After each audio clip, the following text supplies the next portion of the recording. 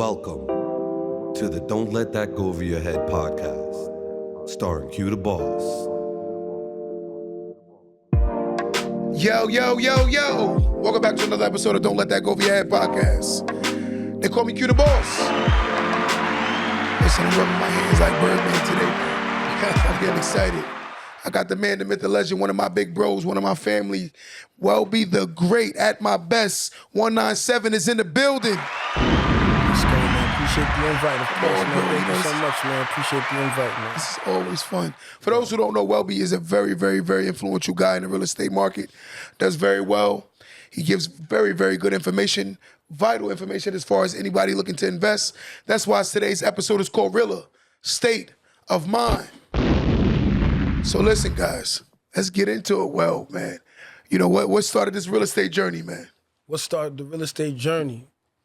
I wanted to make some money. That's what really started it. I wanted to make some money, and I figured real estate could be a path, and I took that path, and we talk about the hell I've been through back and forth in the game and everything. So Yeah, it's been a nightmare. Like, one thing I realize is a lot of people express real estate like it's just a 1, 2, 3 thing, right? Throw money in and make money. Would you say that a lot of that is cap? Oh, there's definitely cap. The unfortunate thing is that the information that's provided for the majority of people is very superficial, surface level, but I don't think that people go in depth enough to have people understand what they're about to get themselves involved in. Wow. And that's what happened to me. Remember, I've been in the game going on 22 years now. So I've had my fair share of ups and downs, and yeah. The other day I got to talk to a big lawyer in the real estate market. He was talking about the crash, right? Do you see a crash coming now, or you think something's gonna happen? I expect we're gonna see something that most people aren't prepared for. People will use the names crash or corrections or whatever people want, right? Yeah. But we are due for something that most people are not prepared for. Most people aren't prepared for what's going on right now, but I think that we're definitely due for a major change, and most people are not going to be prepared for what's going to happen. You think that's going to be on the residential side or the commercial side? Both. Yeah. Both are going to be affected because it's been something that's in the making. What happened is just because it hasn't no major turn has happened, so most people think that it's people are just trying to be fearmongers, or people are trying to talk about the sky is falling. Yes. But if you're in the game and you're paying attention to the small changes that are happening, you're starting to see that things are starting to come apart at the seams. Yes. And if you're not prepared, you're going to be the person that's going to get ran over, and then you're going to also have a lot of people that are going to take advantage of it and reap the benefits of it as well. Let me ask you this question. Do you think it's fair that other countries are allowed to invest in this country, meaning acquiring so much assets that's actually stopping first-time home buyers from actually being able to acquire because the major institutions, whether in country or out of country, are buying? You think that's fair? Do I think it's fair? I don't know. I don't know if I want to say if it's fair. Okay. But what I can say is that the opportunity to buy is allowed for everybody. So now, if those people that are part of this country are not taking advantage of it, when it actually you have first dibs or first advantage of it, then who's to really blame, right? Yes. So because here's the thing: those same people that are buying in this country, whoever they may be, you have an opportunity to buy in their country as well. Wow. What happens is that everybody understands that the number one market, period, is America. 100%. And the reason why a lot of people that are not from this country that are utilizing their money to buy in this country is because they want to put their money in a safe haven. Yes. So they understand that the real estate market in America is the strongest real estate market in the world. Yes. So why not put their money parked here? But what you should ask is the people that are in this country that are Americans is why are you not buying? That's what you should be asking. Why are you not buying? So someone just asked, Rustlin said, does it make sense to invest right now? It's always a good time to invest in real estate, man. I don't care what's going on in the market. I don't buy into up markets, down markets, high interest rates or low interest rates. I don't care about that. It's always a good time to buy real estate so long as you're buying correctly. And what would you say is a correct deal? you make your money on the buy. You have to be able to add value to or force appreciate.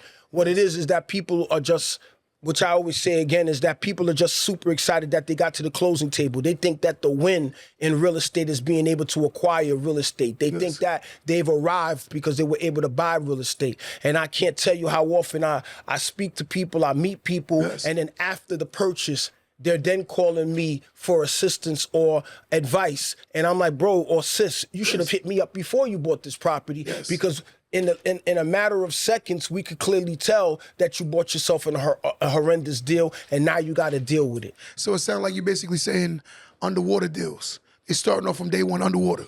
Well, if you can't add value to the deal, I have no interest in it.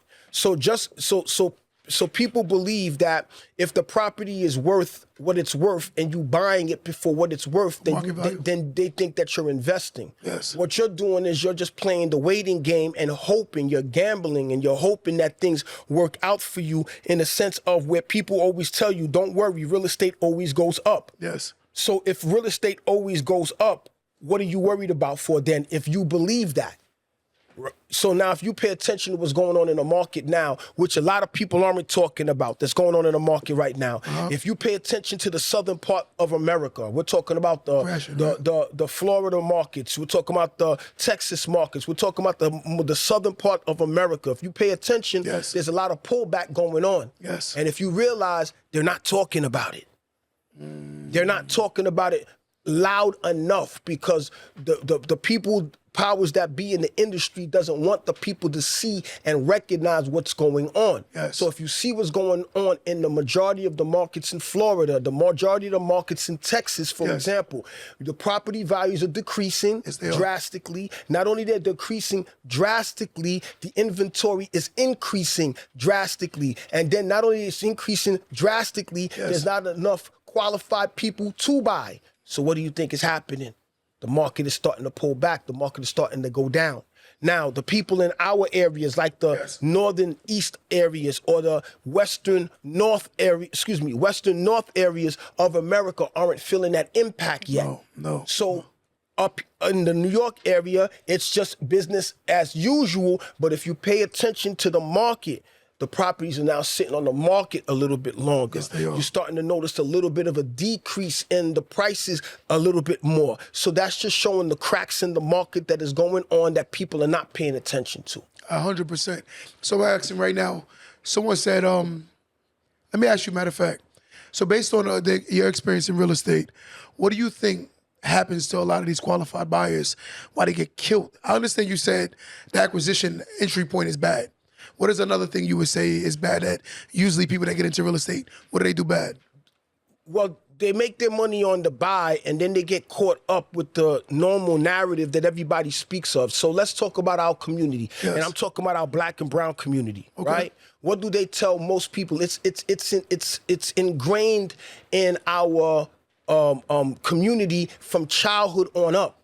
Yes. You want to buy yourself your home? Make sure you get that first-time home buyer or the FHA loan. Of course. Or utilize the NACA program or utilize the V8 type of loans. And then what happens in our community?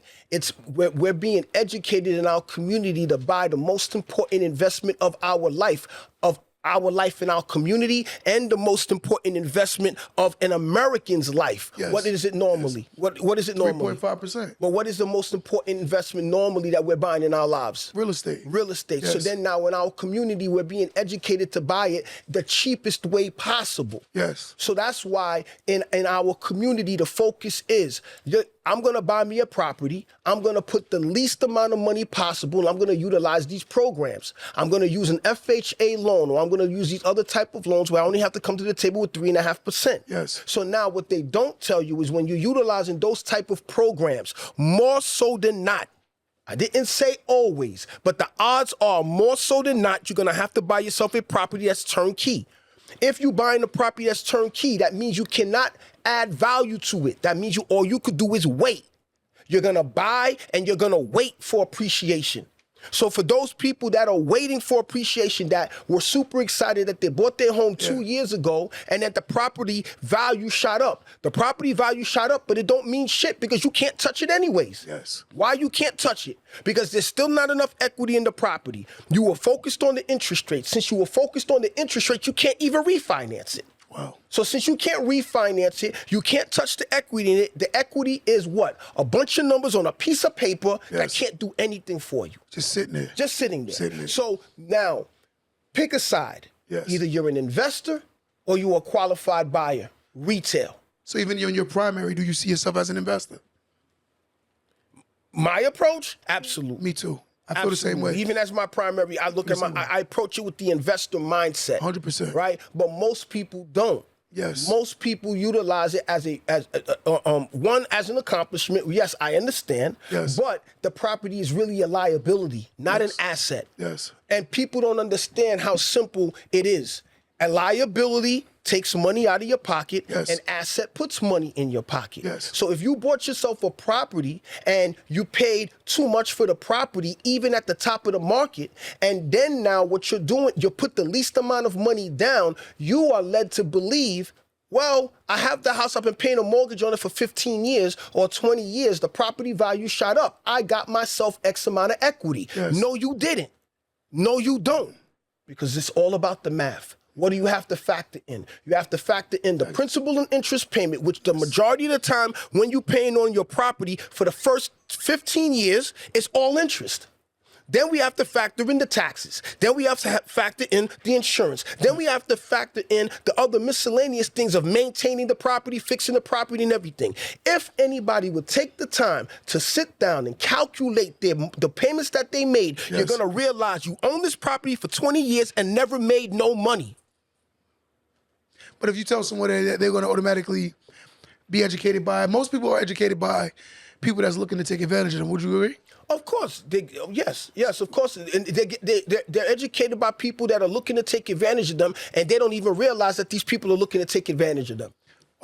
Wow. See, when I sit down and I talk to a lot of people about real estate, like you know what you say, what I respect about you a lot when you say they just happy to be at the closing table. Yeah. And they're not looking at, like me, I buy a house like I'm buying a flip. Even if it's my primary, I'm buying it like I'm buying a flip. The deal got to make sense. I'm forcing equity. When I turn key, I want to turn key with the equity already in it, right? So I don't have no acquisitions where I'm underwater. And see, when the market pulls back, let's say you bought at a 550, now the market pulled back 100,000, you 450, but you still got that 550. Yes, absolutely. So it's kind of like a car note in a sense. Yeah, it is, absolutely. And the banks don't care. The realtors don't care. Yeah. Nobody cares that you bought something overinflated and then now a correction is happening, right? So nobody cares. You committed to the mortgage payment and that's your problem that you overpaid. That bank wants that money. Yes. All right? Yes. So my question is, if you see, let's say, 100 people, out of the 100, how many of them would you say that's in bad deals out of 100? 90 to 95%. And I 100% agree with that. 90 to 95% of the people that I meet are in a bad deal. Yes. Now, here's the thing. Let me clear this up. If you and your spouse decide, or your partner, that you guys want to buy yourselves a property for you and your family, you are gainfully employed, and you don't want to deal with the type of level of what we're talking about. You just want a beautiful home for you and your children. You already understand that you're walking in, buying it retail, no different than buying retail Louis Vuitton, buying retail for the cars. You're already walking into the situation understanding that you're buying this and that you're going to commit yourself to this 20, 30-year loan. And then given the fact that we are gainfully employed, we okay with making this payment, do it. But that makes sense but I think it should be more heavy on emphasizing on that because I think a lot of people think that their deal is better than what it actually is. Absolutely. So let me go a little bit further than that. Yes. So if that's what somebody is doing and you satisfied and you understand that with an educated aspect, do it.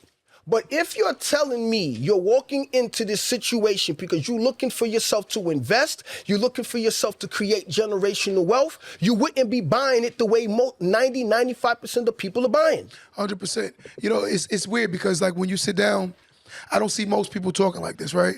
They'll just say, get a house, acquire a house, acquire a house. And I hear it. And when it's at the top of the market, you're the first to get hit. When the market even crumbles or come down, you're the first to get hit. Absolutely. And I see that a lot of times right now. You know, I do pay attention to what's going on in the South. And I'm seeing it myself in real time because I genuinely believe the job market didn't match the acquisition market for the housing. Why you think what happened in D.C. happened when the president that we have now already started laying off thousands of people? Within a week. Yes. Within a week, everybody, when the president said that he's going to start laying off and cutting the fat in government, within a week, the real estate market dropped by 10%. Wow. Within 1 week. Wow. So why is it impossible for people to want to believe that the property that you're holding on to now can turn into a dead weight for you? You bought the property. You said that you bought the property as an investment, as a property to generate cash flow. You're making peanuts. You have these people leading you to believe, don't worry, get yourself indebted several hundred thousands of dollars per month, several hundred thousands of dollars in a mortgage and be satisfied making $500 a month. This is the crap that people are educating and teaching people. The people now, they contact somebody like me or you. It takes me all of 30 seconds I see the garbage. in a conversation with you to tell you you dead. Let me ask you a question. And it's funny because when I first got in real estate myself, I actually was jumping into those big old monster deals, not realizing that I could do the same profit margin on a smaller entry. So for instance, I could have went out of state, acquired something for $220, put up 60, 70 into it, and still made the additional 50, 60K that you would make doing a $500,000-$600,000.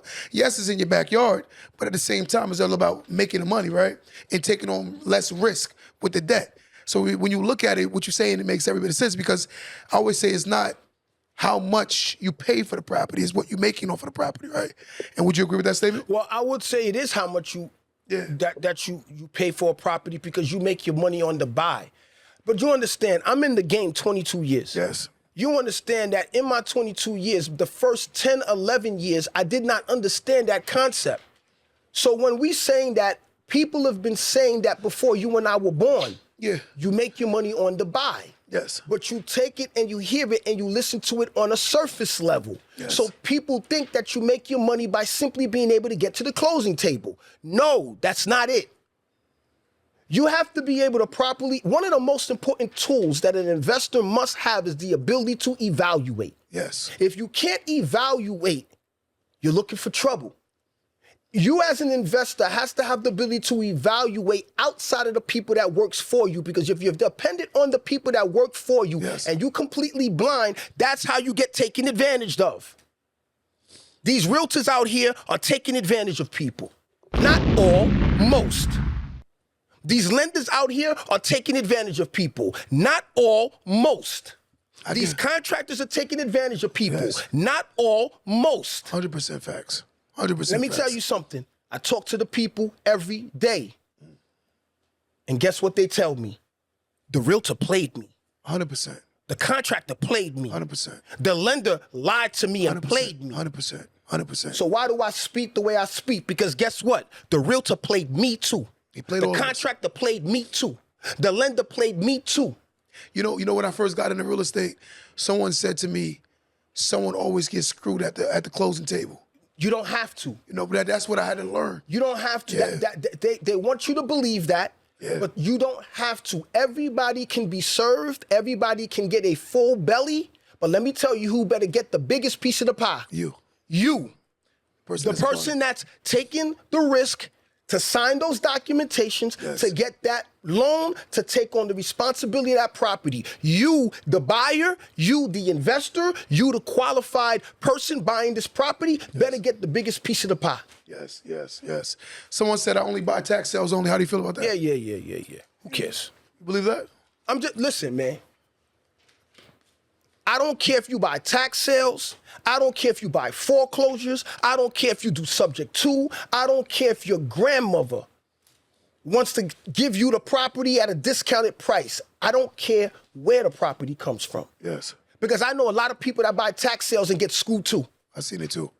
I know a lot of people that buy properties off the courtroom steps and get screwed too. I seen that too.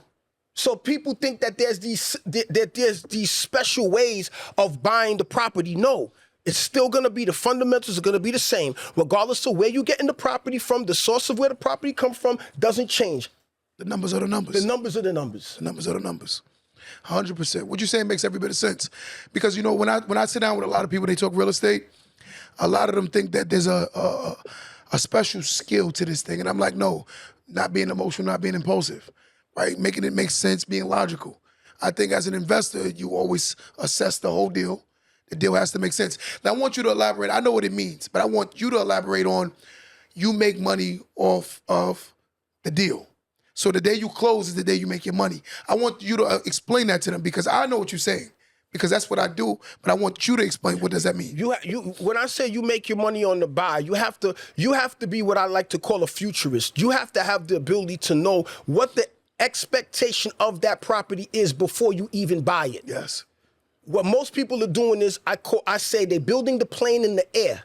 They're buying it and then they're trying to figure it out. Wow. So now let's just say whatever it is, you buy. Say that again. You building a what? Most people are building the plane in the air. They're trying to figure it out after the fact, right? So now what you have to have the ability to do is be able to identify a property, evaluate the property, and understand what is the end result you are looking for with that property before you buy it. Yes. Not after you buy it. Yes. So now when I say I make my money on the buy, that means now I'm looking for properties that I can add value to, meaning I want that piece of crap that nobody else wants. Sound like me. I want the piece of crap that nobody else wants, meaning because of how I bought it, understanding that it's a piece of crap, I'm going to show that property some love. So when I show that property some love by rehabbing that property, what's going to end up happening? Equity. I'm going to force the equity. Yes, you are. So while you are running to the table to buy it at the top of the market where there is no equity, yes, I'm buying that property so I can force the equity. Yes. So me and you can buy the same property, apples to apples, but we bought it differently. That's what it is. That's the difference. So now what a lot of people don't get, they think that the problem is the money.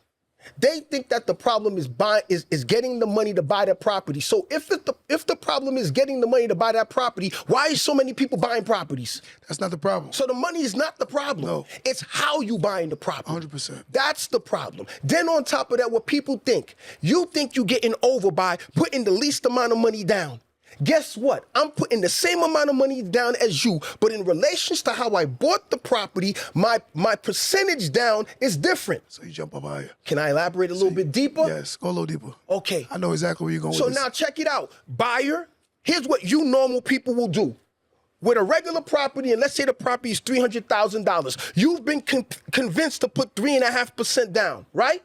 At 3.5% down with closing costs, you're going to spend roughly around $25,000 to $30,000. Am I right or wrong? 100%. Okay, but you paid $300,000 for that property. At 3.5% down, that means you have you purchased the property for $285,000, closing costs included, which means you have $15,000 in equity, which means you can't do nothing. You're stuck in that property. Why you can't do anything for those that don't understand? Because guess what? There is not enough equity for you to refi. There's not enough equity for you to cash out. There's no extra money. No.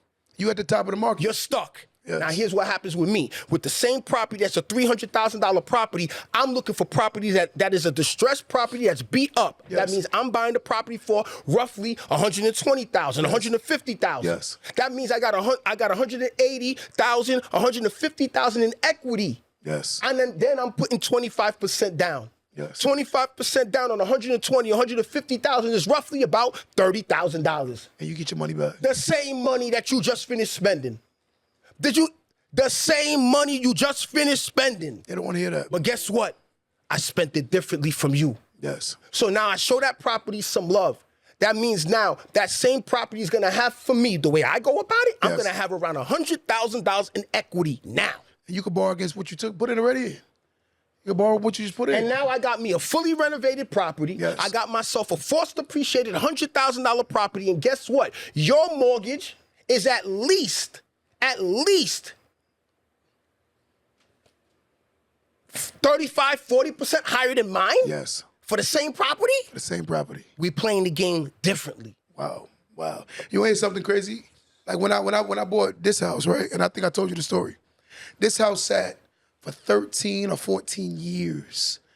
You see the beautiful area I'm in? A beautiful area. No one touched it. 13, 14 years the house sat. House foreclosed. I come in, they thought I was crazy. The whole rule of real estate and what he's getting at is you buy the eyesore in the area that is beautiful, that no one's touching. So this house was trash, diabolically trash. When I bought it, I said, man, this is a gem. This is a gem. You see what others don't see. Yes. Yo, well, no lie, on the move-in, you can roughly guesstimate what this house is worth. Yeah, see. My mortgage is only $650. $650. $650,000. The debt on the mortgage Yes. is $650,000. Yeah, this house is worth at least 40%, 35, 40% more than that. Absolutely. You see the logic? Absolutely. So I made every dollar I put into this thing from day one back. Absolutely. Every dollar. That's the reason why I'll have people in my comment section, and I find it comical. Because when people see the numbers that I talk, Yes. it's easy for you to throw shots or throw rocks and hide your hands. Because you like, that's impossible. Because they don't understand How are the you business. making the kind of money that you're making? I had a brother hit me up the other day. He bought himself a 9-unit property for $1.4 million. Okay. Right? Listen to Where what at? I'm saying, everybody. Location.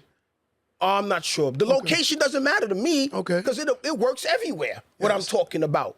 Okay. What I share with the people out here works everywhere. Here's what I tell everybody. The fundamentals will always be the same. The only thing that will change is the numbers. That's the only thing that changes. But the fundamental process of investing is the same across the board. Okay, so this brother, listen to the numbers. He bought a property for $1.4 million. He put roughly 20 or 25%. He put up $300,000. Okay. I think if I remember correctly, he was telling me he's making something like $2,000 a month. On $1.4 million. Something like that, he told me, $2,500. Okay. Listen to me. The average person that heard the number I just said will be applauding.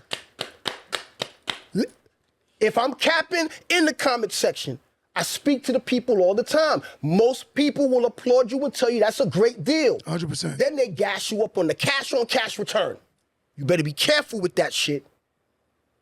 Getting belief on a cash-on-cash return. What they don't tell you about the cash-on-cash return concept is you have to survive enough to be able to tap in on that cash-on-cash that you put out. Most people aren't going to survive it. No, they're not. No, they're not. So homeboy put up $300,000 of his hard-earned money tied up. He bought it at $1.4 million and it's worth $1.4 million. So the equity he's talking about he got is the equity that he made by the money he put up. So you ain't got equity, man. Nothing. You know why he tapped with me? Because he watched one of my videos. And he saw I have between 2 properties on one street, $1.2 million in real estate. $1.2 million of real estate. My debt is $400,000. You know what? How much you take over? I take over A month, just for those 2. I'm making over $11,000 in net income per month On those units. on the same evaluation. I'm making $11,000. Listen to me, brother. So you making $8,000 more than I'm making 80% more than what he's making. crazy. And he spent $300,000 of his own money. But here's the wild part about it. Because some people out there saying, yeah, but he put up $300,000. How much of your money is still tied up? Not a penny of my money is tied up.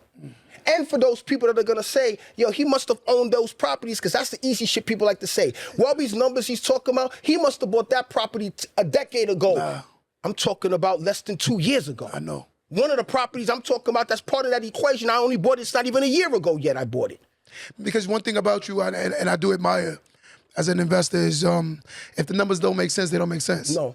And again, I've seen you walk away from deals because it didn't make sense. Most deals won't make sense. Of course. Most deals will not make sense. But you know what you told me, though? And I got to give you this. You Yes. told me patience. You said, Q, the deal going to come. Patience. It's going to come. Patience. And I'm like, you know what? You're right. And ever since I've gotten like that, I've noticed that the right deals come. I've made more money. I've done over 150 plus flips in the last 5 years. Yes. Right? Yes. So that meant I was averaging between 20 to 30 flips a year. Yes. In the last year, including into this year, my production has considerably dropped, but my profit still has there. considerably increased. Yes. Because it's not about the quantity of what we're doing, it's about the quality of what we're doing. That's why what I would love my audience to pay attention. If you notice, how many times have you ever heard me brag about how many units I got? Never. Never. Because I don't lead with the units. That's what you I taught lead me with too. the quality of the property. That's Yes. what I lead with. Most people lead with, How many units? hey, I got 100 units. Good for you. Meanwhile, could be making $5,000 a month. And making no money. Yeah. Or yo, I bought my, or I got myself into a situation that own me several hundred units. Yes. Then when you dig into it a little bit deeper, he don't own several hundred units. What he does is he's part of a syndication and he owns a fraction of a fraction. Yes, he does. But here's what gets me. You don't tell the audience that. They won't tell the audience. You don't that. let the people know that.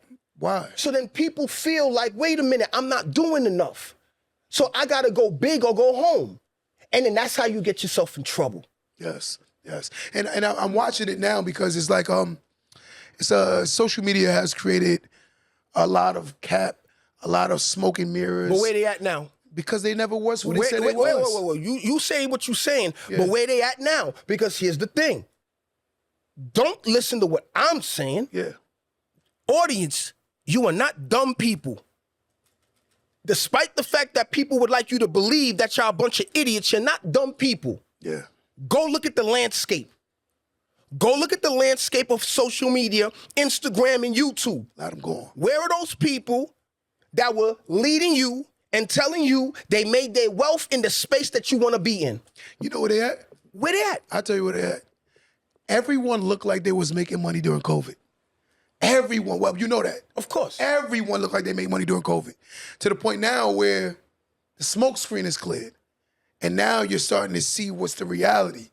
It was a lot of smoke screen, everyone was real estate gurus.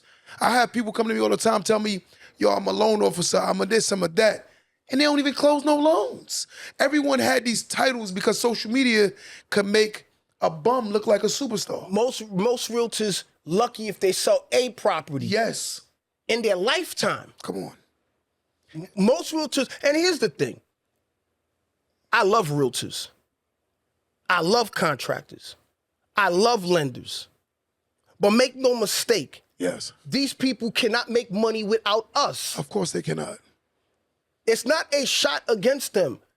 The goal is to empower. If we talk about empowering people, then let's truly empower people. Yes. If that's what we're saying. Yes. If we talk about educating people, let's start educating people for real.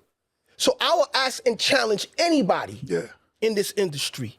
You show me a transaction that involves a realtor, a contractor, a lender, an attorney, an accountant in real estate that does not require a qualified buyer and or an investor that is qualified to acquire that property and take the risk. Wow. Just give me one. Never seen it. Never seen it. Here's somebody, the other day I go out to, Deer Park. And the real estate agent was trying to push a listing on me. And I'm laughing because he goes, the house is worth $950. I know on his best day, $780, $790 on his best day. He's arguing with me. I'm telling you it's worth $900, $950 if you really do it right. I'm sitting there smiling at him. I said, what I got to do? A whole nother level upstairs to get that kind of money?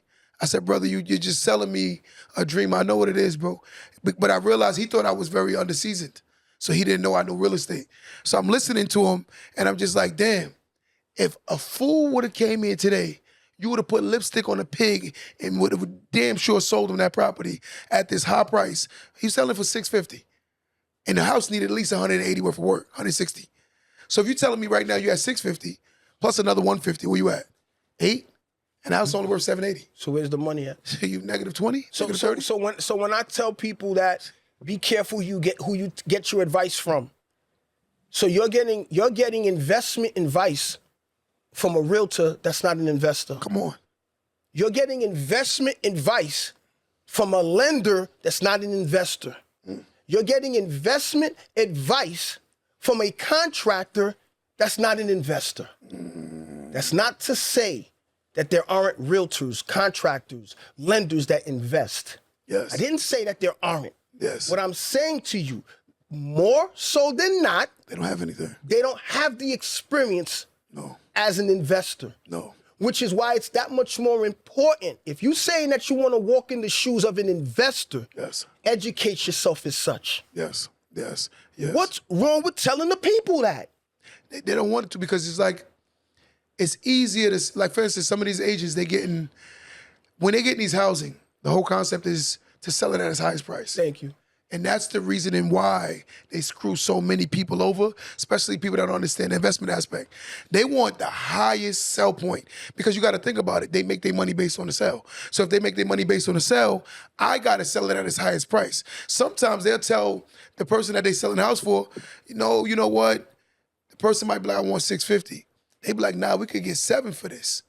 Because they know the commission that's off of that asset. So, But here's the thing I want to tell the people, though, that people don't understand. For every $10,000, listen to me, people. For every $10,000 it costs you, the realtor makes another $600. Yes, they do. Yes, they do. Are y'all hearing what I'm just saying to y'all? Yep. For every $10,000 that is getting increased for you, the realtor makes an additional $600. Yes. Yes. So when they push in $50,000, $100,000, it costs you $100,000 so that realtor can make another $6,000. Yes. Yes. We're playing two sides of the game. It's vital for you to understand and protect yourself. Now, let me give some realtors advice. If you want to survive where this climate is going, line yourself up with a solid investor. That's all it is. Let me tell you why. When you're working with a solid investor, ask any realtor that worked with me. I don't rob nobody. It's important for me to make sure you eat. Yeah. I want to make sure not only that, I want to pay you even more money than the keep average person. Keep bringing the deals. Right? Here's what it is. When you're dealing with a solid investor, you're going to make money coming and going. So you sell me a property, and I buy that property at the price point that I want, and you run it with me. I'm renovating that shit. I'm renovating that property. On average, it takes me to renovate a property and put it back on the market between 6 to 8 weeks. What? I just paid you, or you just made monies, even though technically the seller's the one that paid the realtors, but it's because I was buying. You just made X amount of money coming with me. I'm about to put that property back on the market in the next 6 to 8 weeks, and guess who I'm going to call back to relist it? So you buying everything all cash? I'm doing that now too. Yeah, Okay, I'm doing cash. I'm doing cash. I'm doing banks, whatever. Now I'm essentially my own bank today. Yeah. I'm my own bank today. But the realtor with me is gonna make money coming and going with me. Because they're gonna relist it for you. So they make money twice. So if a realtor we wants call that to survive, double dipping, right? Yeah, there you go. And Double and they realtors, I want y'all to double dip. Double with me. dip. But I want you to double dip with me the right way. Yes. Don't screw me. Yes. Don't have backdoor conversations behind my back. People act like this shit don't happen.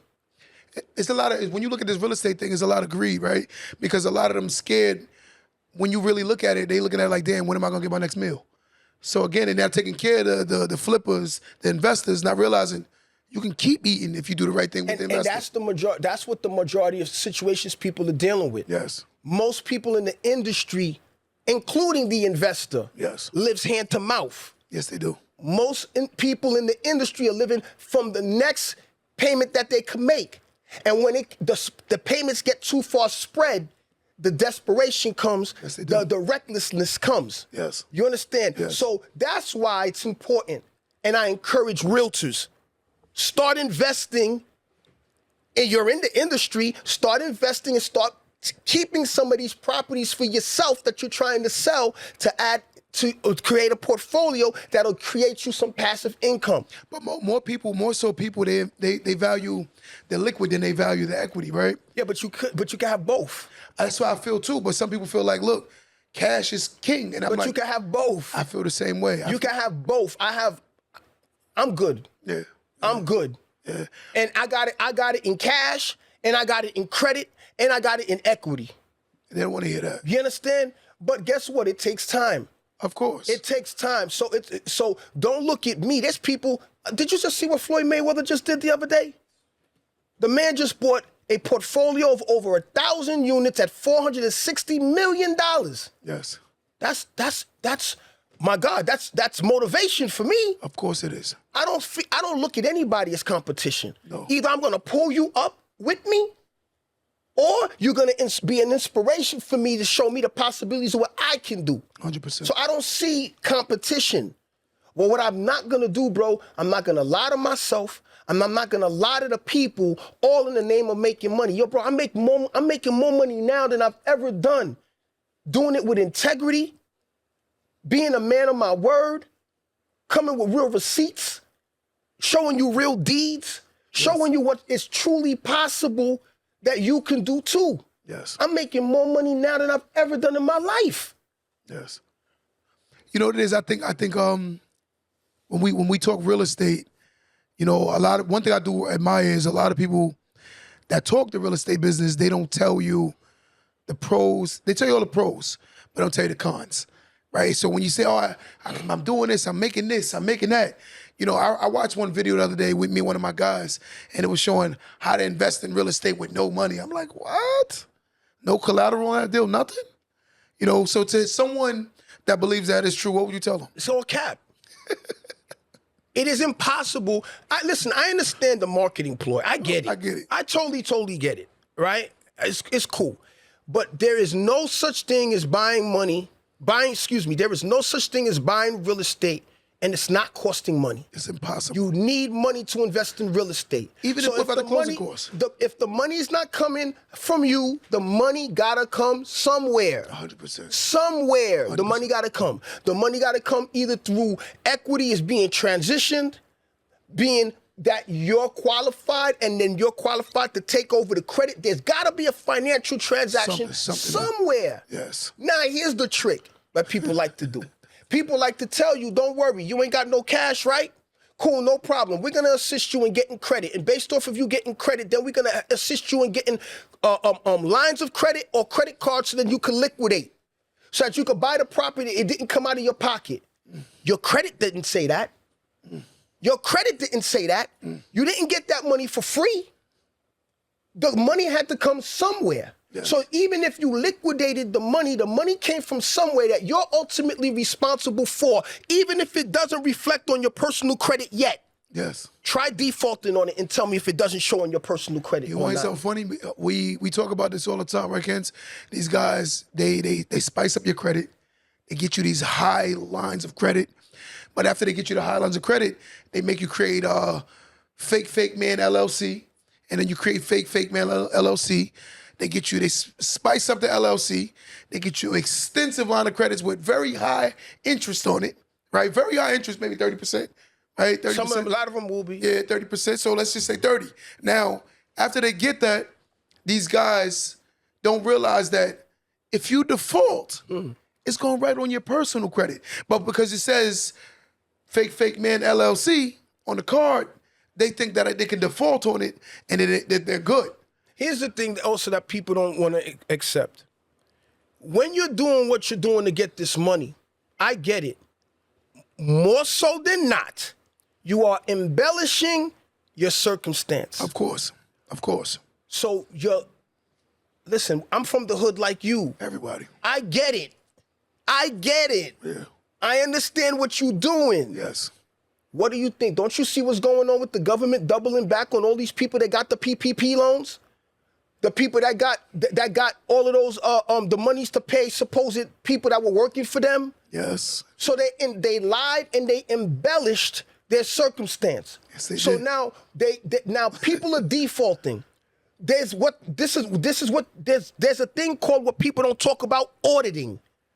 So now when they audit you, you said to American Express, you exaggerated your income. Yes, you did. You exaggerate because a lot of times what you're doing when you're going to American Express, Capital One, Chase Bank, you name them, they're not verifying how much you claim that you're making. No. You're doing what they call stated income. Yes. What they also going to make you do is sign an affidavit saying that you said it. the statements that you're making on here is illegal documentation. Yes, it is. And if it comes back that you lying, you're gonna have a problem. But that's what. Okay, so let's rock. So now you embellished Yes. that you're making X amount of money. So you believe that because you put it under an LLC or because you put it under an entity, that if for whatever reason you F that money up, Yes. you'll be able to walk away free and clear. Wow. It don't work like that. Never will. So by the time those people set you up with that motion, they're gone. They're gone. And they take like 10, 20% of the money. Well, that's another conversation. And if you think that your excuse will be when them boys in suits knock on your door to have a conversation that you're going to say, I didn't know because the gentleman told me to sign. Ignorance of the law is not an excuse. It's not an excuse. It's not an excuse. So for people that think I'm speaking high and mighty, go check my record. I did the same thing. Capital One was coming after me. Bank of America was coming after me. Chase Bank was coming after me. Signature Bank was coming after me because I went and I got those monies. You know what I didn't focus on is having the proper business model. I thought that the fix was getting the money. So I thought that all I had to do was get the money. When I got the money, I'm good. I fucked it up. That's what I did. I messed it up again. So then you thinking you can walk off, they sell the loan to whomever that wants to buy it at pennies on the dollar. Of course. Then them guys start coming after you. Yes, they will. You're gonna ignore your phone. You make the fake phone lines. No, they can find you very easily. And then guess who? Now it's not the creditors hitting you anymore. It's the lawyers, attorney fees that are now willing to take you to court. So you gotta go to court now in front of a judge. Raise your hand, Your Honor, I'm here to tell the truth, the whole truth, and nothing but the truth. And guess what? They got the documentations. Waiting for you to lie. Waiting for you to lie. That's the level of seriousness that we talking about. That's the level of seriousness. So now, how can I make more money than I've ever made in my life and I sleep like a baby, bro? I'm not worried about them boys knocking on my door. I'm not worried about when the police officer pulls me over because I'm driving a fucking exotic car and I'm worried is my paperwork right? Because it's legit. I'm legit. I ain't got no worries about that. But you know what it is though is and the phobia is a lot of people want to rush the process. They don't want to trust the process. And I think that's what I'm seeing more so with social media. It makes a person feel like, yo, I can be a bum today and tomorrow I'll be a millionaire. I had to tell this young guy the other day, I asked him, I said, it was a group of them. They were like ranging 25 to about 28, 30. So I said, what is the average age of a millionaire? They said 25, Yes. 30, 31. Such a lie. I said, what? I said, the average age of a millionaire is 61. 60, 61. They was like, I said, yeah. I said, but you've been told by social media that it's so easy to become this wealthy being. I said, brother, it's going to take you working a dead-end job that you don't like, stacking your bread and being responsible with that money to get yourself started. I said, a lot of y'all want to be bosses without being bosses. Nothing plus nothing equals nothing. So I'm like, you're the boss of nothing. And then on top of that, people think that a boss, supposed boss, equates to success. No, it don't. And also people think that becoming a boss means you don't work for anybody. That's a lie. Yes. Being a boss, you do work for somebody. Come you know on. who I work for every day? Yourself. My tenants. Yeah. You know who I work for every day? The people that work for me. You know who I work for every day? The people the banks that I'm responsible for paying. Yes. So for that narrative of all of a sudden now you supposedly a no boss. money. No, cap. we all work for somebody because we're all in the servicing industry to a degree. So you're going to always have somebody to pay. Somebody. Yeah. So, Welby, you made a really good point just now. You said you go hard for the people that work for you.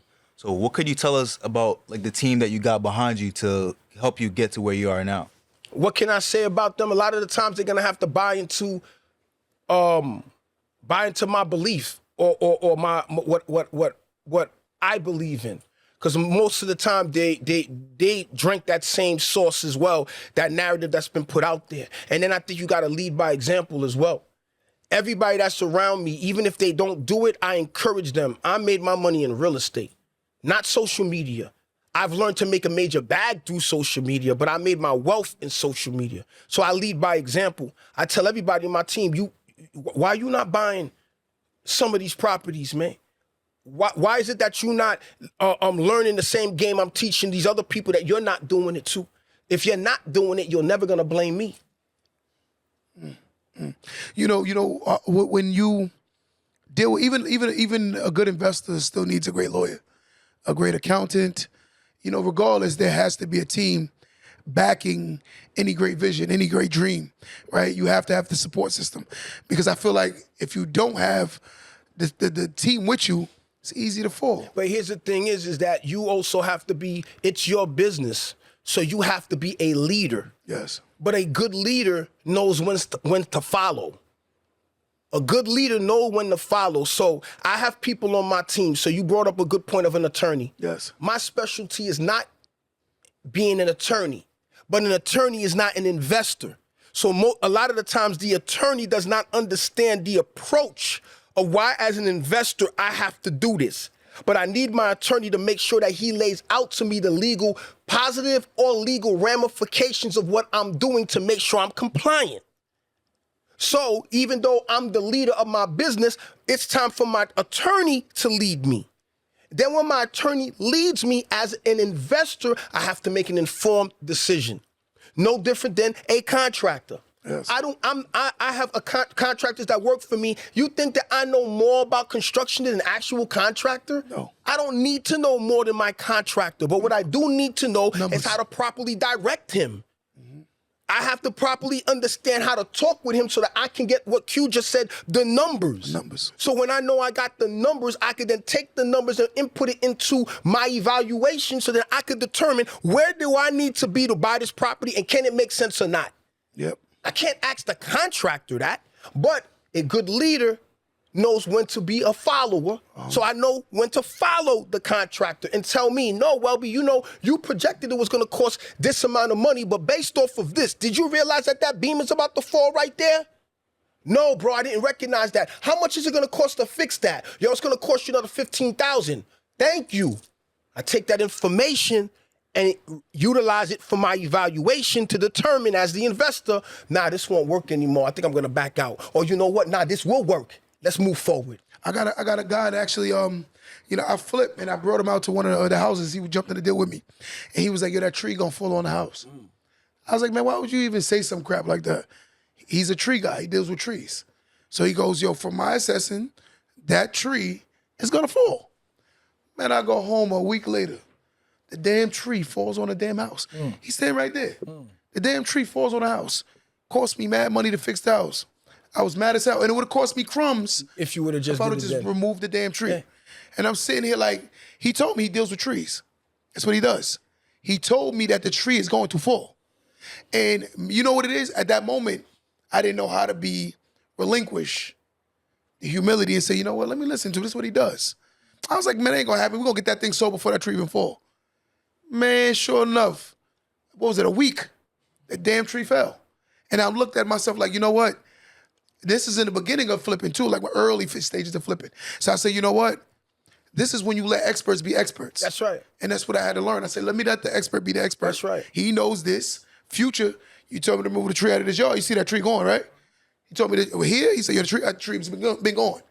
Been going. That's why people believe that you have to know everything and you don't. You don't. You don't have to know everything. I don't know everything. I got my team that makes me look smarter Amazing. than I really am. Delegate. Right? I don't have to, but you have to put the right people around you to assist you through your process. 100%. 100%. Anybody got any questions? Go ahead. So let's say someone is starting off, they have good credit, but they have $1,000. Or not even $1,000. Let's say you were starting off with $1,000. Nothing else to your name. What would you do to get started? Get a job. I would go get a job. The job is going to give you discipline that most, especially you young brothers and sisters, lack. Responsibility. I would go get a job and I would work. And then I'd be disciplined enough to work to save up my money. And then as I'm working to save up my money, I would then start investing in educating myself. Yes. Either you're going to self-educate, which most people shouldn't, or I would get myself somebody like me that's going to pour into you, not play with you, put you on the game. In between that whole period of time, you're going to continue working. stack up that money. That's what I would be doing. I think that's the reasoning why most people fail as far as investors. If you bad with small amounts of money, you're gonna be bad with big amounts of money. Yeah. I think the people that were good with like small amounts of money, Yeah. they became great with big amounts of money. Like people say to me all the time, like, one thing about you keep your lifestyle very modest. And I said I keep it modest because I've noticed that the people that didn't, they fell the hardest. And I said, there's always a time and a place. You worked your way up to your Ferrari. Yeah. You worked your way up to it. Listen, man. You know what I'm saying? I live in a beautiful neighborhood. Yes. Yes. You built the cash flow. I built. My home is paid for. Yes. All right. Oh, congrats on that too. Let me give it to you. He paid off his Appreciate house. you, man. His house is completely paid off. So my property is paid for. I live in a nice Yes, you do. area. Yes, you I'm do. chilling, bro. What most people would do is say, "Damn, you making all this money, you doing this. Yo, when are you gonna upgrade and go even bigger?" Why? If I choose to want to do it, I will. But why? Why? Who am I trying to keep up with? The majority of the people that's even around me, even my neighbors, they and mind you, most of my neighbors don't look like us. If you know what I'm talking about. Same like and me. they're not in the predicament that I'm in, as far as my home being paid off. And let me give some game too. Let me give y'all some game, because most people hear that he has his home paid off, and then there's some people in there that says he's crazy. My house is worth easily over $1 million. All right, I paid off my house. It took me maybe less than a decade to pay it off. I paid it off only a couple of weeks ago, 2-3 months ago. I remember. Most people will say, that's crazy. Why would you do that? Right? Equity means nothing if you can't tap into it. It means nothing. So now, for those people, at the time when I paid it off, I had a balance of about $260,000 on the home. I already know that the house is worth $1 million. Yes. I said, you know what I'm going to do? The equity means nothing unless I do something with it. I'm going to do something with it. Yes. I went to the bank. I told the bank, I'm about to pay this house off to zero. How much money will you guys give me in a line of credit? They're like, yo, Welby, we could give you up to 80%. 800,000. 800,000. You could barter against. I said, nah, I'm good. I just need $500,000. So we did. Heal up. Yeah, but I want the people to listen to what I did. Yeah. I took $260,000 liquid and I paid off my house to zero and then gave me double the money back. So you still. So I doubled. So I went from a $260 monies in the bank that I paid off to get me $500,000. Now, those people that heard me say that, oh yeah, but now you paying on it. No, I'm not. A home equity line, you only pay on it when you use it. Yes, it is. So I'm methodical about what I'm doing. Now I got no payments on my property as far as a monthly expense. I got $500,000 of accessible money to me at any time. All I got to do is say, I want it, now it's mine to use, and I'm paying nothing on it unless I use it.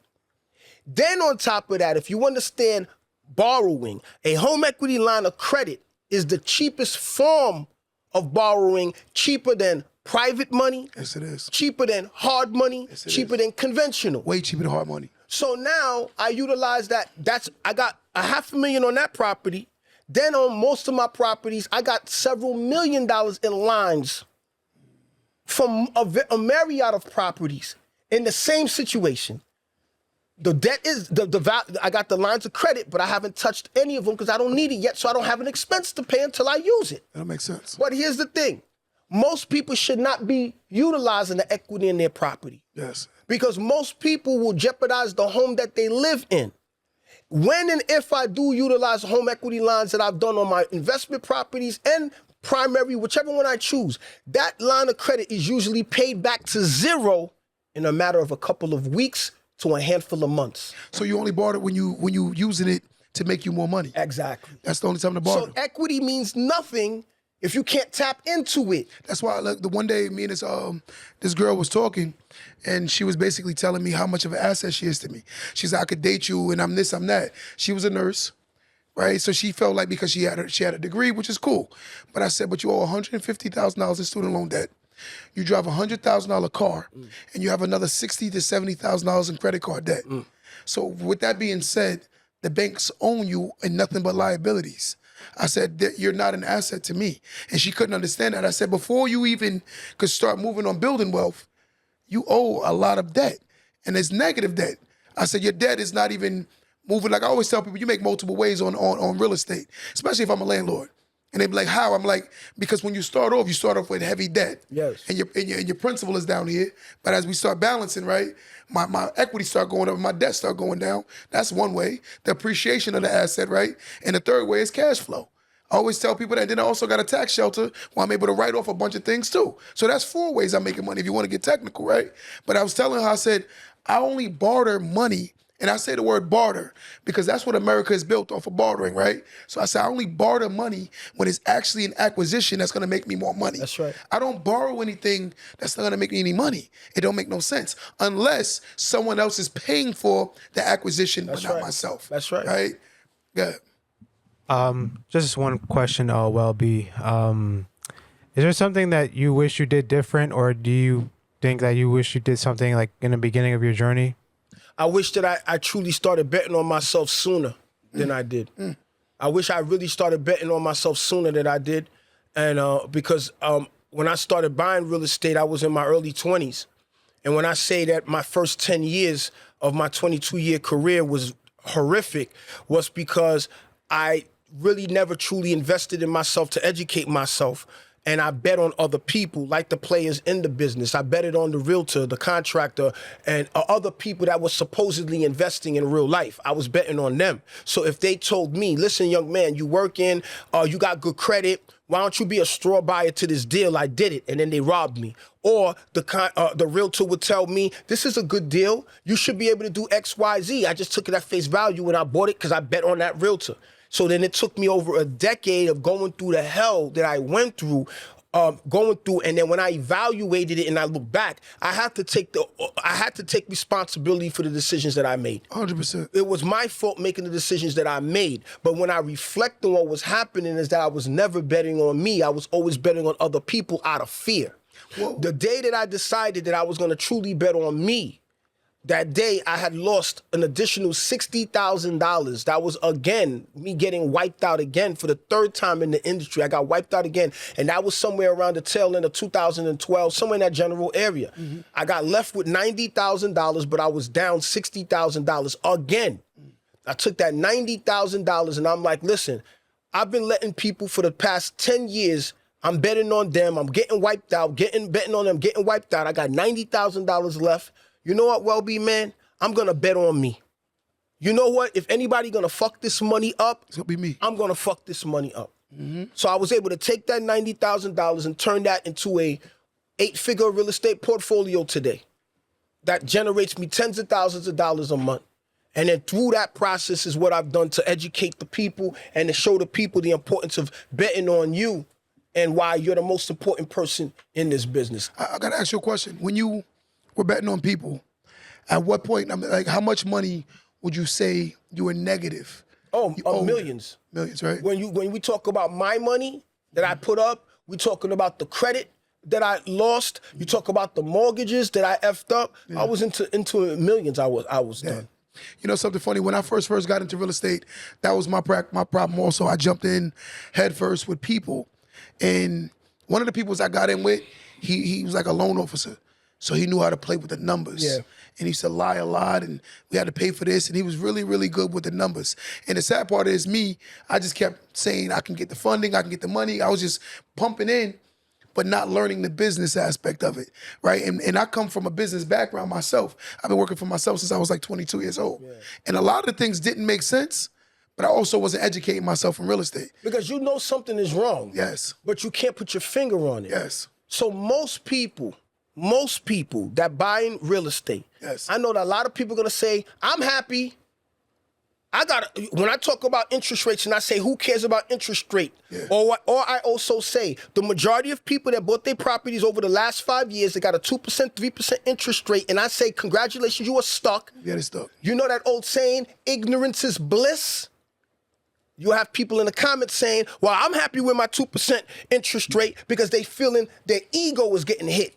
Their ego is getting hit. Yeah. They can't So do what nothing I'm with saying, assets. what I'm saying to them, congratulations, you got that. Your ignorance is bliss, but you can't do nothing else. No, the house is stuck.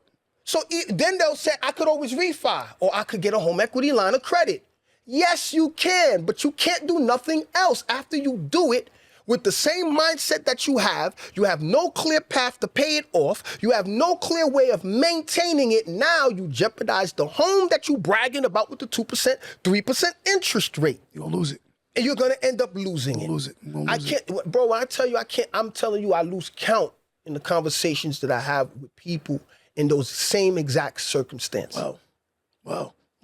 You know what's scary because when the rule number one of business is impersonal. Yes. But a lot of us personalize most conversations. I think black culture is a very personal culture. Yes. So we take things very personal. Yes. So I think automatically we lose in business because we're so personal. Yes. When the deal just has to make sense. That's it. Everything has to make sense. Pick a side. That's it. Whatever side you want to choose in the game, That's it. pick a side.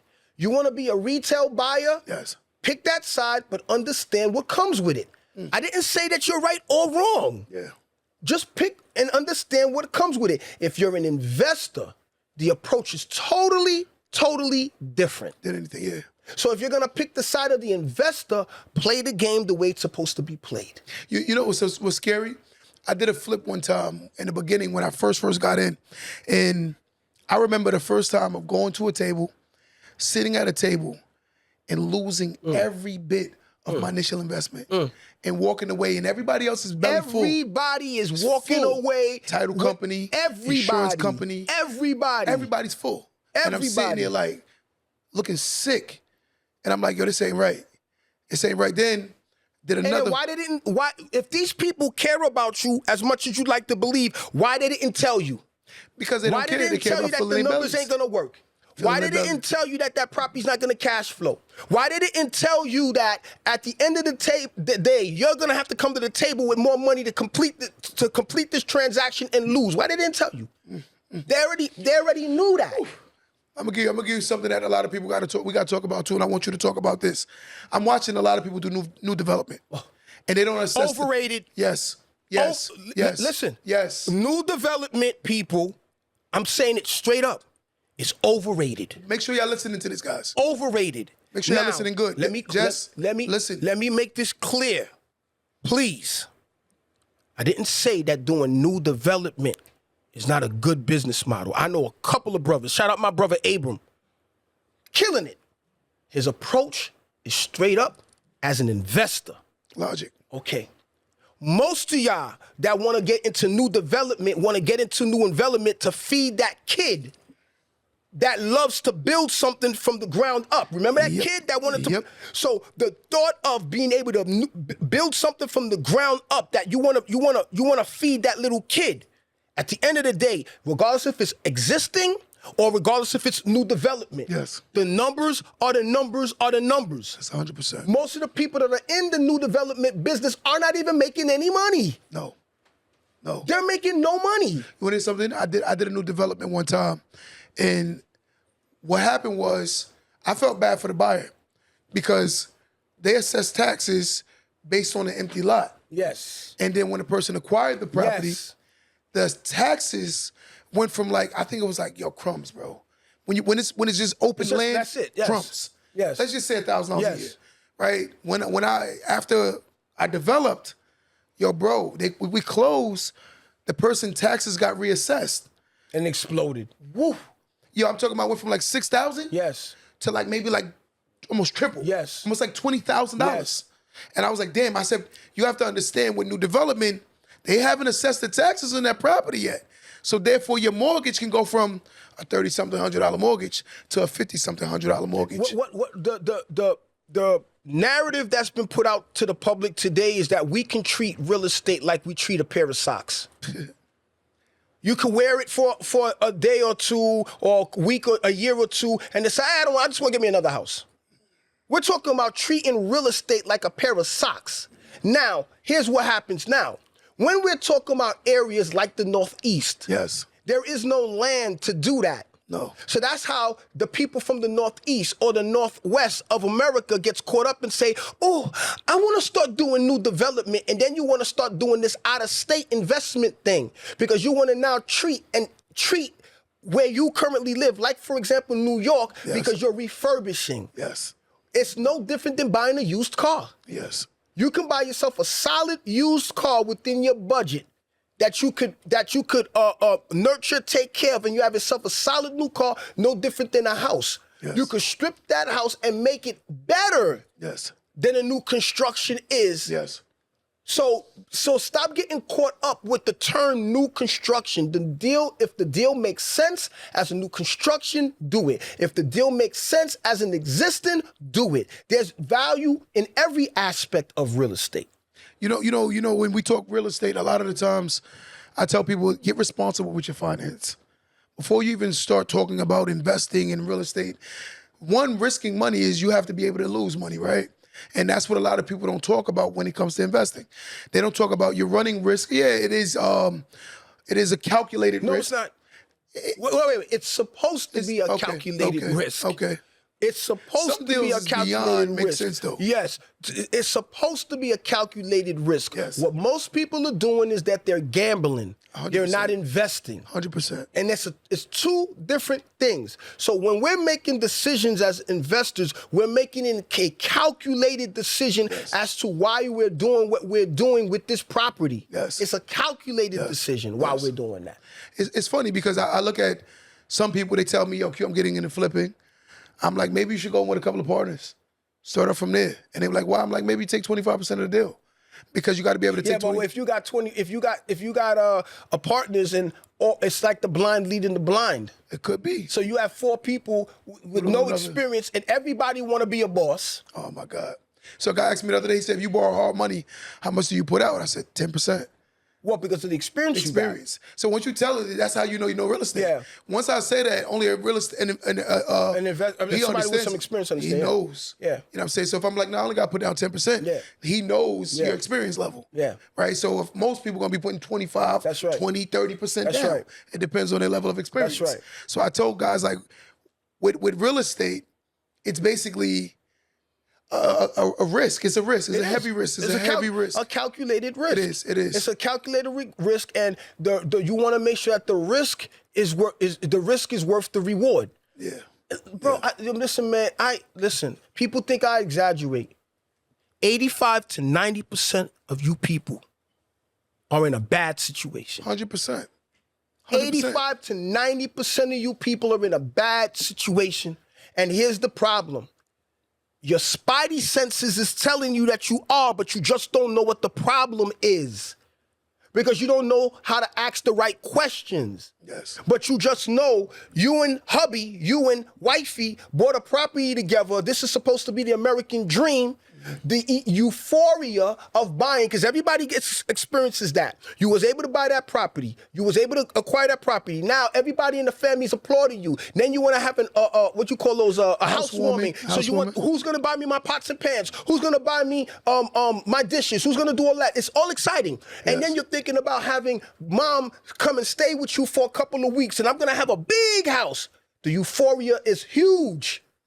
And then 2 months later, Get the big house problems. 3 months later, you and hubby, you and wifey is paying that mortgage, and then you're like, hold on a second, man. House poor. What's going on? A year later, yo, sweetheart, where's this American dream that they've been telling us about? It's been capped. Shit is rough out here. Wait a minute, the sewer backed up into the basement. We gotta pay for that. Yes. You start to realize that the American dream is a lie Yes. in what you thought it was. Yes. Yes. It's what you thought it was. Then now, here's the crazy thing that I get with people. Yes. You're prepared to spend tens of thousands of dollars in an acquisition doing it blindly. But when you speak to somebody with an experience that tells you, yo, listen, book the consultation so I could really break it down to you and show you the path that you're about to take in detail. It's a few $100s. It could be a few thousand, whatever it is. Oh, hell no. I'm not paying him or her that kind of money, but you're prepared to spend tens of thousands of dollars blindly. Then what you don't realize and accept as well, You didn't buy that property for 3.5% down and you only spent 3.5%. No, you indebted yourself hundreds of thousands of dollars. Because when you look at your credit report, when it hits your credit report, it doesn't say that Q only put $12,000 down. It says, Q, congratulations, you now got a debt for $300,000. You want to laugh? One of my young guys, he came to me. He bought a 3-family. No, it's illegal too, but he's living in the basement. Yeah. So he come to me. He goes, "Yo, congratulate me." I said, "For what?" He said, "I'm officially a millionaire." I said, "Well, why is that?" He said, "My house is worth 1.1." I said, "No, that means you owe 1.1, buddy. You're negative 1.1." He's like, "No." I said, "What?" I said, "Bro, that's not how net worth go, baby." Then what he doesn't tell you, look at the quality of life that he has now. I will guarantee you his quality of life is less than what it was when he was renting. Wow. So now you're telling me that you took yourself indebted $1.1 million for your tenants to live better than you, and you got all the responsibility. Wow. That's some real shit that goes on out here, man. 100%. That's some real shit that go on out here, man. A lot of people don't talk this heavy into the depth of real estate because they're selling what they want to sell, right? It's called a narrative. Yeah. And if I create a narrative that sounds easy, that's easier to sell than me tell you, like, that's why somebody won't book a consultation, because it's like, whoa, he gonna tell me what I don't want to hear. Most people are addicted to hearing what they want to hear. But you know how most of the time when people do, they're hitting me up after the fact. Yes. And I'm like, yo, you hitting me up after the fact. Yes. I'm like, yo, you understand that money that you thought you were saving indebted you so much money. I promise you, you would have never done that deal if we had that conversation. It would have made sense. And mind you, it's never my opinion. Yeah. I don't go off of my opinion. Yes. I go off of facts. The numbers are the numbers are the numbers are the numbers. If someone's yeah. Is there any way I could convince you that 1 and 1 equals 5? No. Is there any way I could convince your audience that 1 and 1 equals 5? No. No way. You want to know why? Because you're not stupid. You just don't know yet. 100%. So now what ends up happening? You're having these people looking at you and presenting you something, and they're convincing you that 1 and 1 equals 5 because you don't know. Exactly. Okay? So now when you understand that the universal language of the world, regardless of what part of the world, the country that you are, is math, you understand the math of real estate, these people can't play with you. Come on. So now when the realtor presents to you something, you understand 1 and 1 equals 2. And it will always equal 2. But the numbers that you presented to me, you're trying to convince me that 1 and 1 equals 5. There go a problem here. That's how I can quickly evaluate. Wait a minute. You told me that you bought this 3-family property. Yes. And the 3-family property is worth X amount of money. But by the time I finish putting up my down payment and I'm looking at my cash flow, yes. You're telling me that 1 and 1 equals 5. It don't make no sense. That's the thing that the people don't want in this industry. They want a bunch of ignorant people in this industry. Yes. That's what they want, because they thrive off of that to make money. Their wealth. 100%. You know, it's sad when you meet a lot of people who brag about real estate and they so cash poor to the point where they live in paycheck to paycheck in their house. I'll give you one. One kid came to me the other day. He bought a property up in Hartford. He came to me bragging, I got a property in Hartford. He was saying all the right clickbaitable things in the conversation, what he heard on social media. Yeah. But then when I finally said, how much are you cash flowing? I said, you know, it's gross in that. How much are you cash flowing? That man is negative $650 every month. But he'll brag about having a 3-family. I have a 3-family in Hartford, Connecticut, but he's negative $650 every single month. You know when there's a big problem too? Yeah. When a person tries to land the plane softly. When you ask them, or most people you ask them, one, when you do ask them, they don't know their numbers. Yes. Then that's a big red flag. And then 2, when you ask them, they try to land the plane softly. They try to give you a story. I said, bro, I don't need a story. I just need the numbers. Just give me the numbers. Yes. And then they know they got a problem already. 100%. They don't know what the problem is. That's the reason why they're softening it up. Then when they start to explain it, well, you know, yo, big bro, you know, it was my first deal. Like that was an excuse. 100%. Like that was an excuse. It was my first deal. That's not an excuse. It was your first deal. Especially when you're willing to sign for so much money. Yes. Right, and that's the narrative that people have to understand, that the amount of money, because the guy that actually bought the 1.1, he bought it through the NACA program. And when he bought it, his idea was like, I'm lit, I'm good. Yeah. He bought a 1.1. I got the lowest interest rate. Yeah, that's what he said. Man. You know, and I told him, I was like, listen, if it makes sense for you, then it makes sense for you. But again, we tend to make things sound better than what they actually are, right? And like I said, you can put lipstick on a pig, but it's still a pig.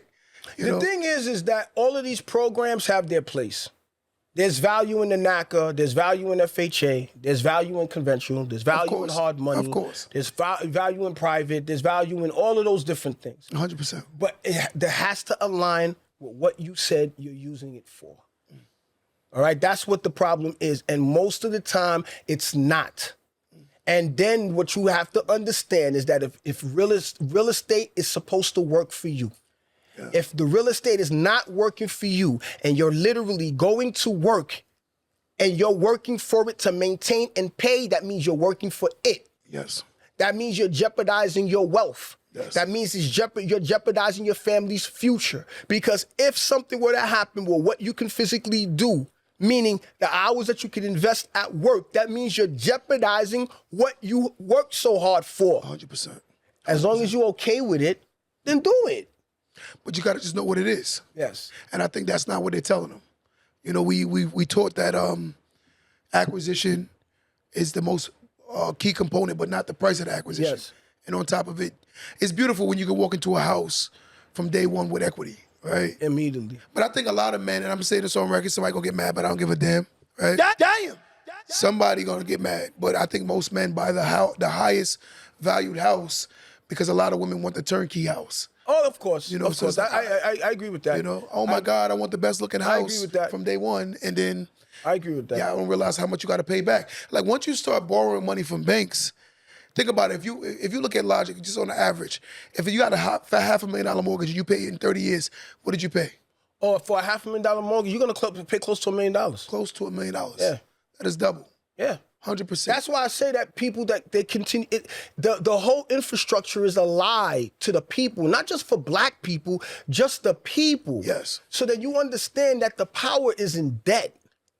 The power is debt. Yes. There's a difference between good debt and bad debt. Yes. I used to be afraid of debt. I'm not afraid of debt. I have to understand how to leverage debt and then how to not make debt my problem and make it my tenant's problem.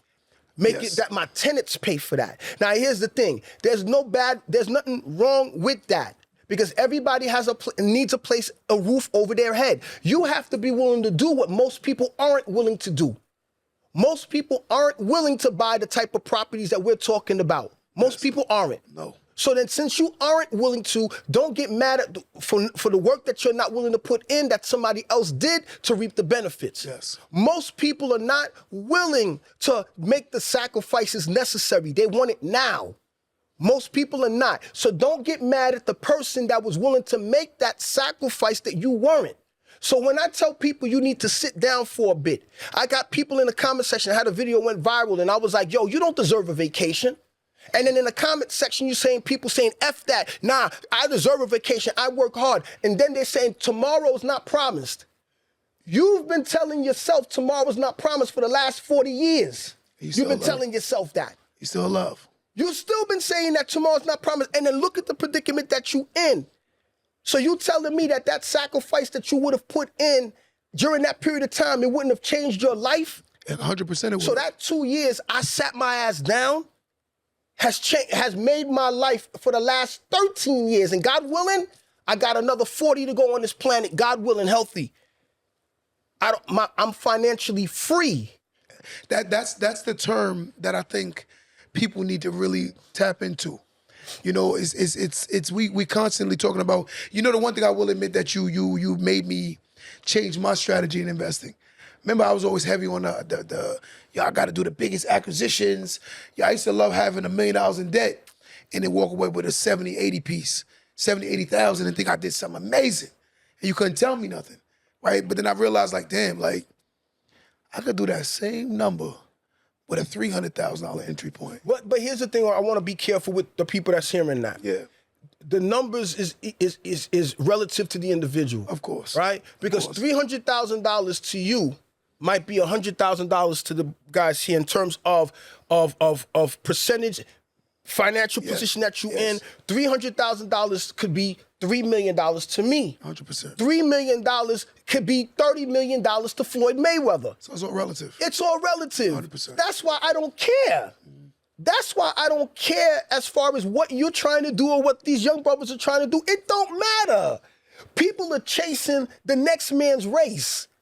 I'm not chasing nobody's race. I'm chasing mine. Yes. So I said, based off of where I'm at, how can I maximize the return on my money? That's why people say, what market are you in? And I said, I don't care what market I'm in. What I show you works everywhere. It does, because the numbers are the numbers. Because the numbers are the numbers. Numbers are the numbers. So then now what happened is people, you start realizing, for those people that are part of my Kickstart community, they'll tell you, the same properties you've been driving by, the same properties you've been seeing on the internet that you didn't see any value in, now you see it. Oh shit, that's the shit Welby was talking about. Because most people most people will not do what is necessary. You got to do what others aren't willing to do. So then now what do I say? I know I need to buy it at this price point, because based off of me buying at this price point and forcing the appreciation, that's how I can get such a huge return on my net cash flow. So then now on top of that, here's what I want people to understand. On paper is one thing. Yes. Until you get your weight up where you got money like that, you are not making any money until you recoup what it cost you. So if it costs you getting into a property $30,000, Yes. $300,000, Yes. $3 million, Yes. then now you got your cash flow. They want you to believe that the cash flow is the net surplus after you service the mortgage. Not true at all. What happened to the money you spent? The initial So then investment. now, what are you doing with that surplus? In reality, what are you doing? You're recouping the money, which meant you have not made no money yet. Yes. So then here goes the next lie. Well, don't worry, the property value has appreciated. That's true, the property value has appreciated. But most people, their cash flow is so tight that you barely making it. Most people won't make it to the other side to be able to reap the benefits of the equity. No. So the equity is just a bunch of numbers on a piece of paper. Yes, it is. That's all it is. So what you've been doing for all these years is recouping your money. So then now when you get that, people are getting their foreclosure. The foreclosure is happening to you. You got the equity in it. You can't shake or bake or move it because you put yourself into a corner. It means nothing. So what I show people and teach people is how to get yourself as quickly as possible to the infinite return. So now, of course, people are saying, what is an infinite return? An infinite return is when you don't have a penny of your own money tied into that property. You might have the debt, but the debt becomes the bank's problem. Yeah. So now you have none of your money in that property. The property is servicing the debt, and then the surplus is truly your money. Now you're making money. That makes sense. And then the equity that is there, if you so choose to sell or you so choose to tap into it to do it again, Either way. now you start leveraging correctly. Yes. Yes. You know, it's crazy. I'm going to give you a quick scenario that happened to me. There's a particular woman I know. She was self-employed. She was claiming $100,000 a year. After she acquired a house, she went all the way down to $20,000 a year, claiming that she wasn't making any money. Then COVID hit. So when COVID hit, she was just claiming a little $20,000, right? But then she wasn't paying the mortgage when they did it. What was that called? What is that thing called? Forbearance. Forbearance. Yeah. So she wasn't paying. So then they ended up having to pay. Yeah. They wanted $40,000. They said, in order for us to reinstate your mortgage, That's right. we need $40K. That's right. So I told her, but I didn't know she only claimed $20,000. Yes. I said, what I can do is give me your payoff, and I'll take you to another bank And get we get you a new refi. mortgage. That's right. And I said, but when I did that, I look at her income. I'm like, you only claimed $20,000. I want someone to hear this. Just because someone is self-employed don't mean they're gainfully employed, or they could not be claiming anything. That's right. So I'm like, They just think you're getting over because Yes. you think you're getting over because you're claiming nothing, and you Yes. think you're getting over, but it's really hurting you. We- And there's legal ways of doing it. Yes. Legal ways of doing it to be extremely profitable and Yes. pay Uncle Sam damn near nothing. She, when we finally got to the table, like, no, we didn't even get to the table. When I started getting a loan process to one of my other banks, yo, bro, she only claimed 20,000. That's right. I told her, I said, no disrespect, but you're gonna have to get yourself another person with income, a cosign on his mortgage. Yeah. She goes, I'm not doing that. I said, then you're gonna have to sell. I said, either A, you got two choices: come up with the 40,000, or B, bring somebody else on his mortgage. Because while we're sitting and having these conversations, they eating your equity. I said, they eating it. You got a lot of People equity. thought that people be thinking they're getting over. Yep. Just like when people was doing the PPPs, just like the people were doing the what's that? When they were doing the stuff as far as claiming they had a bunch of people working for them. Of course. People think they're getting SBA over. loans. Yes. So no different than people that got their forbearances and thought that they were getting over. Yes. Oh, the government said I don't have to pay a mortgage. So as you described, what people didn't tell you is that you had to show that you were qualified to reinstate that mortgage. So when you were claiming that you were broke or your business wasn't doing well or you wasn't making any money, you have to now show them that you are qualified to be able to reinstate or get a new mortgage, and you can't. Now you jeopardize the home that you're living in. And you know the sad part is when you look at those people that did that, yo, they were using, and you had people that was employed. Yeah. And they were making money during COVID. Yeah. They were using that time to go on trips, Yes. vacations, Yes. and living their best Yes. fake life. Yes. And now, when, like I said, when the smoke screen clears, you're starting to see a lot of people's reality. How long ago was COVID? COVID was what, 5 years ago? 3 years ago? Finished 3 years ago? About five ago?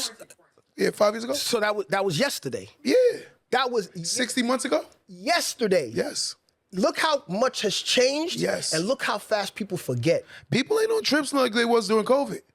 I don't see the catch me outside. I don't see that we outside. I don't see none of that no more. I own a club and I see the less bottles.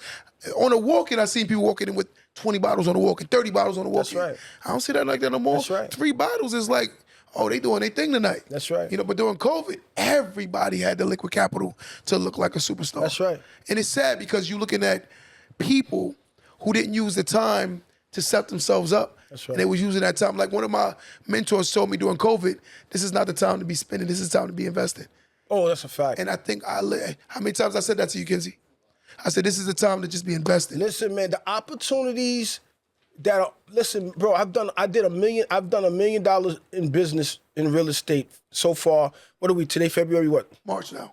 March today, right? So in the last I know 'cause my 6 mortgage due. Yeah, 5-6 weeks. Last 5 or 6 weeks, I've done over $1 million in real estate. Yes, yes. From that $1 million of the transactions, the majority of it is profit.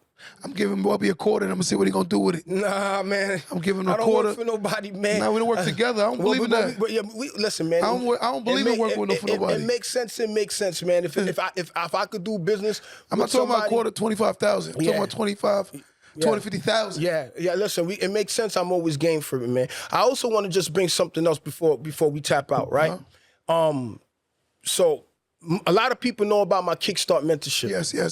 And the Kickstart mentorship is a vital thing that if you are interested in investing in real estate and you don't know how to get started, or if you did get started but you feel stuck and you don't understand how to build a proper team, and you don't understand proper evaluations, you don't understand accountability, you want to be a part of this training. I got hundreds of people that have already ran through it, thousands of people throughout the country. Ask them about it. Yes. You want to be a part of this training, right? So anybody that's involved and interested with that, you can go on any one of my videos and comment the word Kickstart. A link is going to be sent to you when I announce my next one. I just finished the last class. All right? I'm going to be announcing the next one. But I'm going to be dropping another training for investors and regular people and also the contractors. It's going to be a course about dealing with contractors in this business.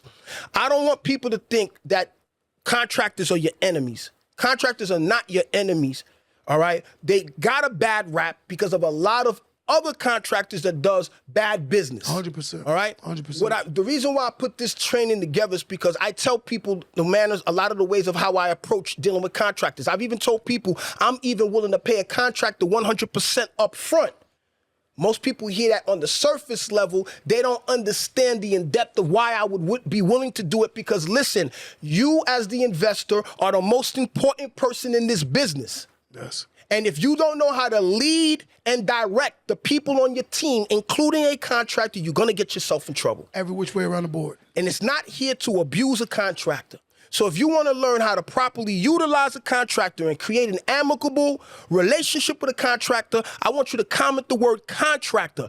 Get on my wait list, because the class is going to sell out fast. And I'm going to give you the game, the business, and I'm going to show you real receipts, real processes on what I do in my business so that you and your contractor could be happy and make a whole bunch of money together. So if you want to be a part of this training, I'm announcing it very soon. Get on that wait list. Somebody on my team is going to call you, comment the word contractor, and come and get this smoke. And let me show you how to get into this game and do right by the contractor and make the contractor do right by you. For those who are interested, DM me. I'll make sure I'll give them your information. DM me on my Insta and my TikTok, and I'll get your information for them. But guys, well, you got anything you want to say before we get out of here today? Real estate changed my life, man. I got a passion for this business. I think that I found my calling about this business. I think that this is something that God wants me to do, because he gives me the strength, he gives me the wherewithal, he gives me the ability. Sometimes I blow my mind, even with the stuff that I know and I've retained. And I've had to go through a lot of dark places in my life, from suicidal thoughts, depression, feeling less of a man, Oh my God. to be at the point where I'm at today.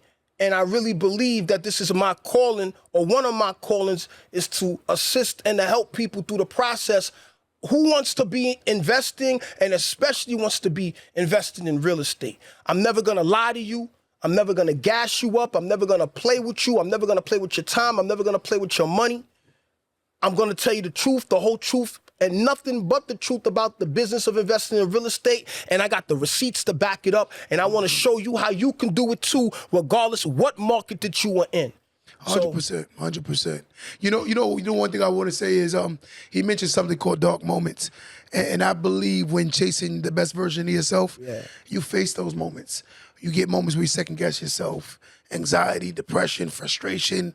You know, you start worrying about yourself, like wondering, like, you know, but the one thing I want people to understand is that's why it's good to have mentorship. Absolutely. Because it helps you to get through those dark moments, right? Where you feel like you're not alone, where someone can understand exactly what you're going through. That's why people relate to me the way that they do, because I speak my truth, but my truth is relatable to everybody in the game. Yes. Because when I speak on experiences, somebody that's looking at here, their heart is racing right this very moment and saying, that happened to me too. Yes. Somebody is looking and saying, that realtor or that lender or that contractor did the same thing to me too.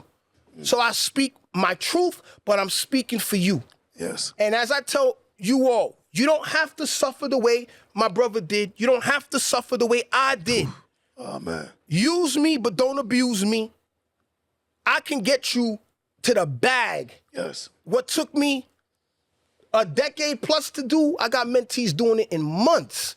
I believe it. But most people aren't going to be willing to do what is necessary. 100%. So if you're willing to do what is necessary, you want to get with me.